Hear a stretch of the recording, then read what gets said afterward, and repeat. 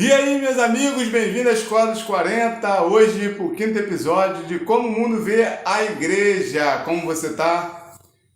Deus te abençoe. Temos alguns temas aí. Tá rodando aí, dá uma olhada.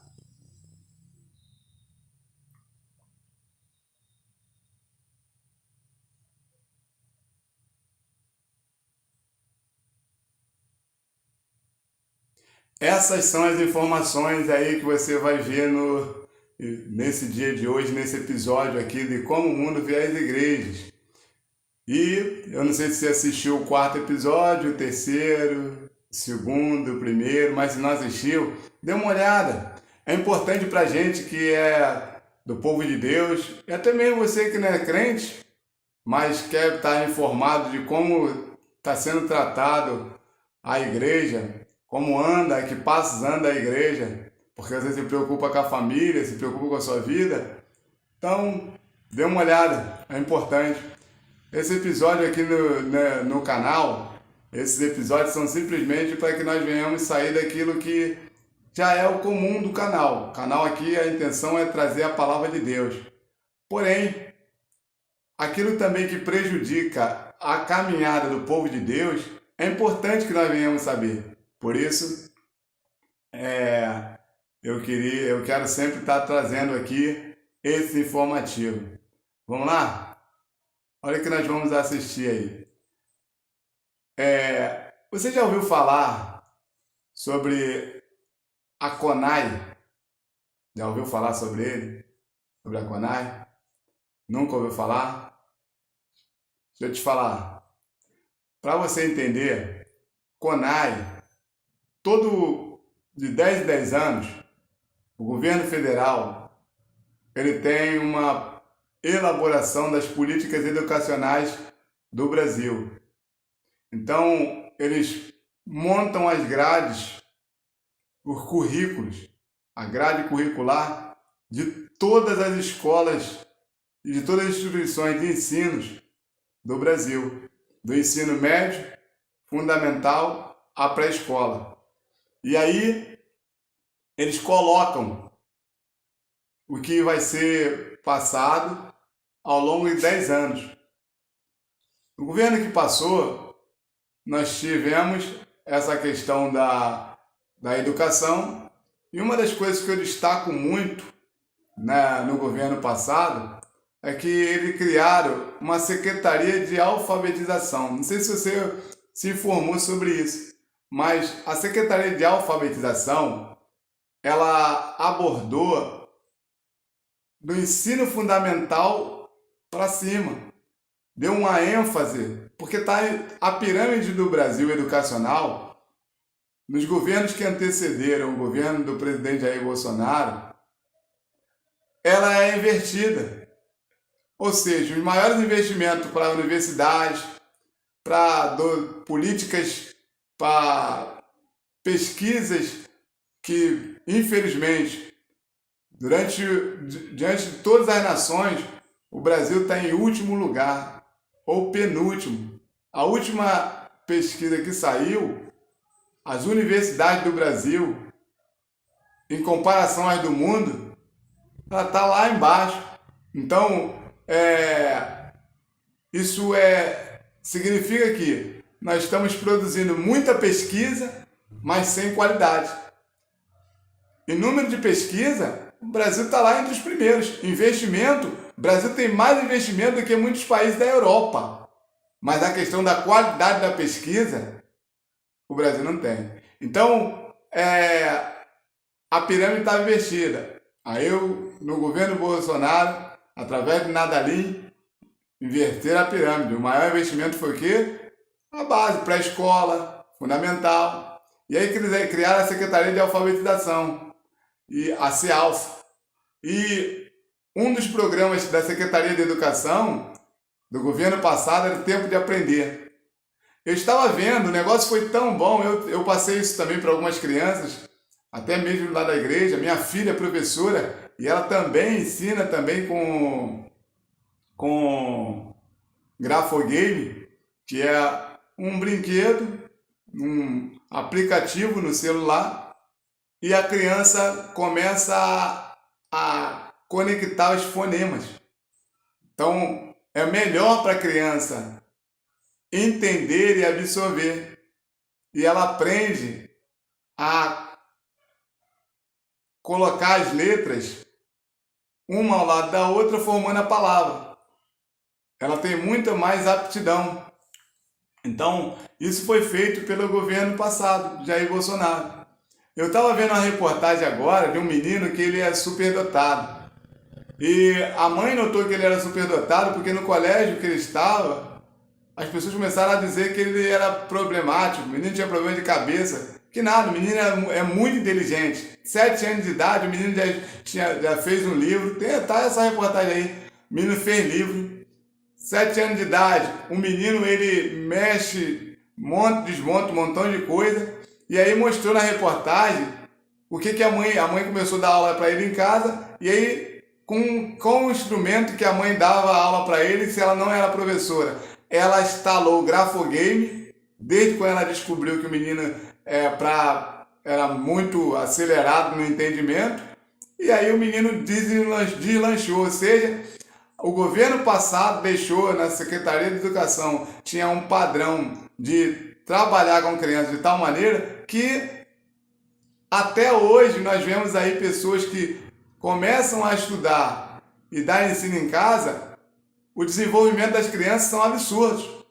A criança com 4, 5 anos já está sabendo ler perfeitamente, coisa que nos governos passados, antes do governo de Jair Bolsonaro, as pessoas chegavam na faculdade. No Brasil, nós temos pessoas que chegam na faculdade sem saber interpretar um texto. Absurdo. Então agora saiu esse CONAI de novo. Ou seja, nós temos mais de uma coisa para nos preocupar. Você, pai, você, mãe, preste atenção, porque a coisa é séria.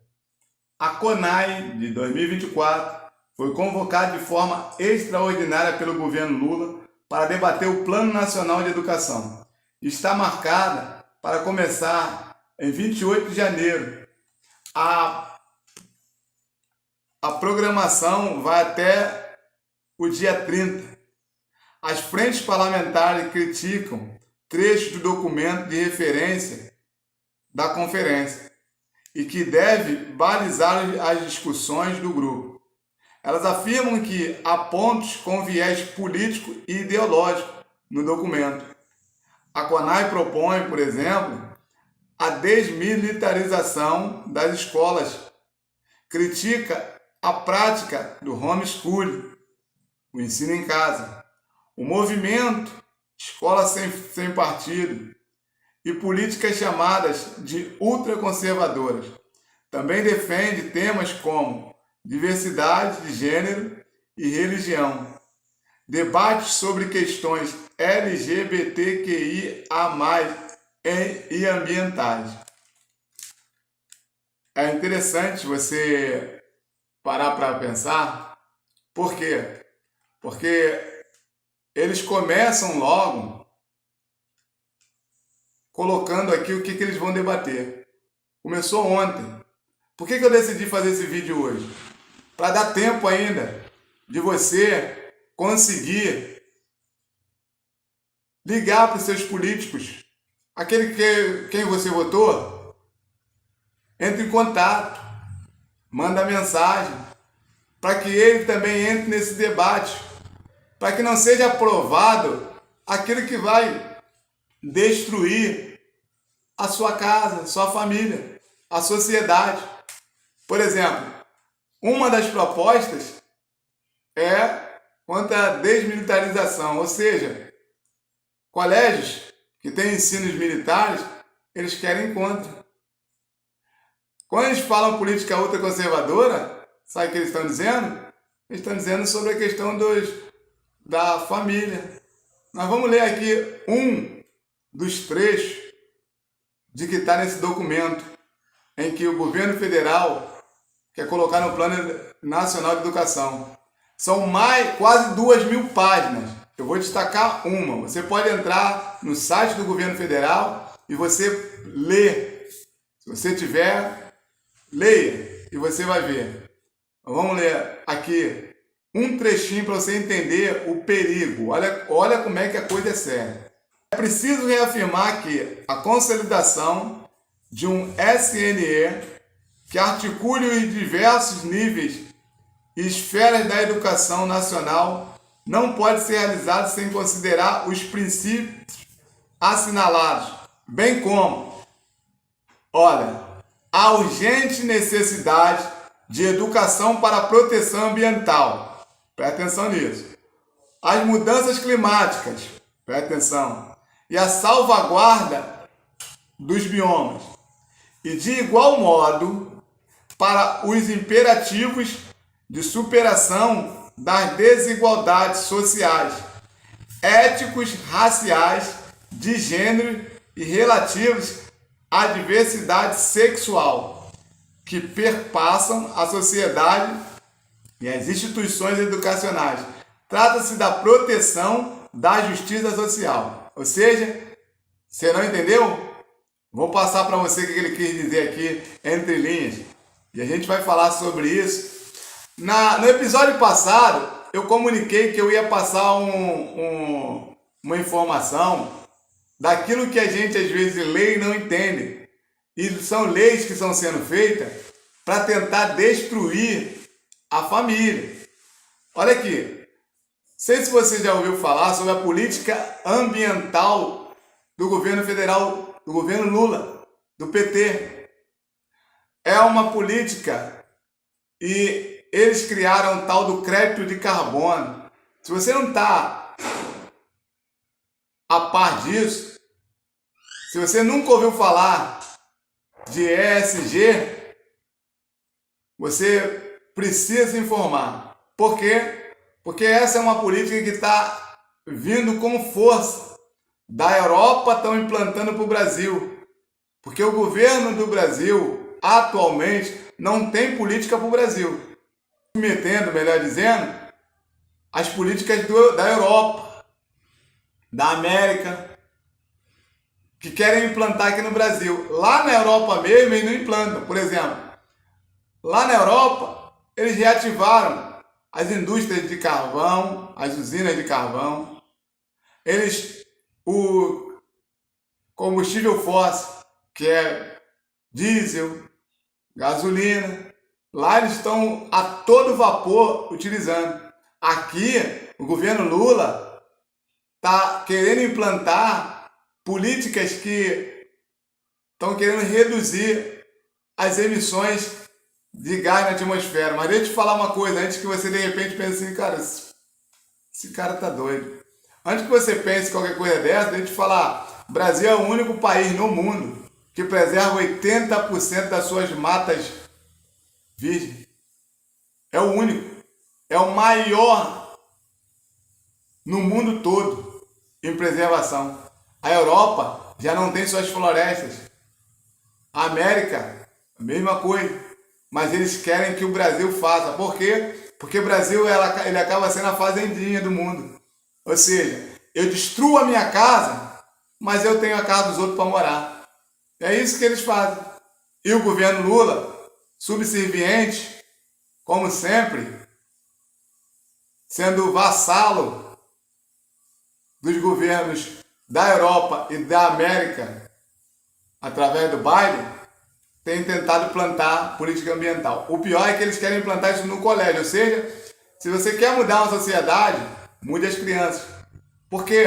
Quando você muda as crianças, você muda uma outra geração. Então olha o que eles estão querendo implantar. Tal de mudança climática, tudo sobre meio ambiente. Aí de repente você pensa assim, então tem que destruir. Deixa eu te falar uma coisa antes que você de repente critique sobre essa questão. A questão do meio ambiente, há algumas coisas que são excesso. Algumas não, muitas coisas atualmente são excesso. Vê se há cabimento num lugar como Roraima, num lugar como na Amazonas, num lugar onde a diversidade ecológica, no caso ecológica, tem todo tipo de árvore, um dos lugares mais ricos de minerais, o povo fica na miséria. Como que eu vou morar num local onde tem tudo que eu possa ter uma vida estável, uma vida boa, e eu estou na miséria. Alguma coisa está errada. É o que acontece. Eles não deixam os índios aproveitarem a sua terra. Fiquem um montão de ONG estrangeira dando pitaco, querendo mandar aqui no Brasil. É isso. Então você tem que preservar, claro. Agora, preservar, o Brasil já faz isso. Então eu e você precisamos tomar muito cuidado. Outra coisa, eles dizem que é imperativo a superação da desigualdade. Deixa eu te falar uma coisa. A desigualdade social, ela parte de alguns princípios que eles militam como se sendo eu e você, por exemplo, que trabalhamos e corremos atrás, nós somos errados por ter de repente uma condição de levantar pela manhã, ter um café, ter um almoço, ter uma janta, ter o nosso carro, porque tem gente que não tem. Só que muitas dessas pessoas que não têm, elas não querem nada com a vida. Não fizeram nada, não planejaram, decidiram viver a vida deles sem nada, sem trabalhar. E aí eles querem combater. Você tem que combater a pobreza, a desigualdade sempre vai existir. Existem pessoas com capacidade melhor do que a outra. Acabei de falar de um menino que 7 anos de idade, o menino é superdotado, ou seja, tem inteligência maior do que a de todo mundo. De muita gente. Então eu e você temos que entender isso. E aí eles falam o quê? Políticas raciais e de gênero. Implantar no colégio essa política LGBTQIA+, ou seja, militância. Começar a fazer com que as crianças venham estar debaixo de influência das militâncias. Homossexuais. Professores que cultuam Karl Marx, Lenin, Che Guevara, Fidel Castro, a esquerda comunista, ou socialismo fabiano. Então eu e você temos que tomar cuidado, porque para tentar mudar a mente. Você às vezes não entende. Eu vou te falar para você entender melhor essa questão. Você não entende agora, você não entende às vezes, por que uma criança, um filho, criado na igreja, tocando, cantando, com 17 anos vai para a faculdade pública, com 18, 19 anos, o adolescente vira a cabeça, quando vai ver, tá fumando maconha, tá andando pelado, saindo em passeata, tá fazendo um montão de besteira, você não entende, sabe por quê?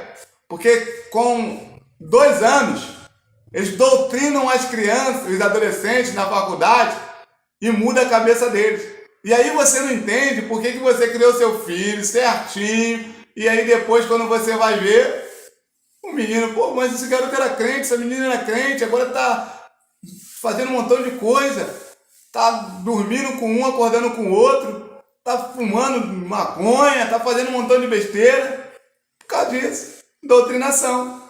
Então eu e você, quando eles planejam isso aqui, eu e você temos que estar bem alerta. Então, por isso eu queria fazer esse vídeo no dia de hoje. Eu ia deixar esse vídeo para a próxima semana, mas eu achei melhor fazer hoje, porque não adianta falar de uma coisa, não adianta chorar pelo leite derramado. Depois que a porta foi arrombada, não adianta você chegar e querer agora botar tranca. Tinha que botar tranca antes. Entendeu? Então esse é o CONAI. Vá na rede social, fale contra, acione seus deputados, senadores, porque isso não pode ir para a votação e ser aprovado sem nenhuma discussão com a sociedade do jeito que está. Porque do jeito que está, saiba de uma coisa, a destruição é certa, muito certa. Vamos lá? Do Guilherme Carvalho, da Gazeta do Povo. Ajudar o pobre e derrotar o evangelho. A impossível agenda do PT. Essa é uma reportagem que era uma reportagem grande. Eu iria trazer o corpo, mas eu pensei, nesse caso eu quis trazer só a manchete. Porque só a manchete já diz muita coisa. Diz que a questão, qual é o lema do governo Lula, do PT? Ajudar o pobre e derrotar o evangelho. Em que sentido? É interessante você ver isso, porque você fala assim, não, mas tem muito evangélico que apoia Lula. Não. A massa, 80%, não apoia. Porque as políticas produzidas por esse governo não tem nada a ver com a palavra de Deus. Então, muitas das pessoas que são evangélicas sabem que esse governo não tem respaldo do povo de Deus para estar governando. Agora, tem alguns que se dizem evangélicos, uma coisa é eu dizer, eu falei no episódio passado sobre isso, uma coisa é eu dizer que sou evangélico, outra coisa é eu ser. O que vai determinar se eu sou evangélico é se eu ando ou vivo nos preceitos de Cristo. Ou seja, nas ordenanças e mandamentos da palavra de Deus, baseado em Jesus Cristo. Sem interpretação minha, mas interpretação própria da palavra de Deus. A palavra de Deus por si só, ela se interpreta. Então, quando você fala, tem evangélico, eu falei aqui, tem evangélico apoiando? Tem, mas não é, você tem um montão de desviado, pessoas que não têm parte com Deus, que foram iludidos por Satanás, aí apoia. Porém, a realidade está aqui, ó. Ele quer ajudar o pobre com a intenção de quê? De destruir ou de derrotar a força que os evangélicos têm. Porque os evangélicos, eles não apoiam o que esse governo ele propõe para a sociedade, que é a liberação de drogas, liberação de aborto, o cerceamento do direito, tanto de liberdade de expressão como direito de propriedade. Haja vista aí o MST, que é o carro-chefe do governo Lula. Então eu e você temos que entender isso aí. Essa é a verdade. Se você está enganado, é porque quer. Assédio moral. Você já ouviu falar sobre isso, assédio moral? Já ouviu falar? Não? Talvez você já deve ter ouvido falar em assédio sexual, né? Isso aí quase todo mundo já ouviu falar. Assédio sexual, isso aí nós já ouvimos falar. Mas eu vou te dizer uma coisa que você às vezes não deve entender nem parou para ler. Vamos lá pelo artigo. Comissão de Constituição e Justiça ao projeto de lei número 4.257/2018, que dispõe sobre a proibição de assédio religioso em ambientes públicos e privados no Estado do Rio de Janeiro e dá outras providências. Antes de nós entrarmos aqui, eu dizer quem é que está elaborando essa lei, eu quero que você saiba uma coisa. Eles têm essa lei, que é o número 4.257 de 2018. Eles já dizem que o assédio moral dispõe da proibição de assédio religioso. Então você automaticamente já começa a conectar alguma coisa. Calma aí. Eles estão criando uma lei e essa lei vai falar sobre religião. Não, a coisa ainda é pior. Para você que é crente, a coisa ainda é pior. Presta atenção. Foi o criador da lei. Aí, ó. Átila Nunes. Entende-se como assédio religioso a prática e induzimento ou a incitação e discriminação ou preconceito.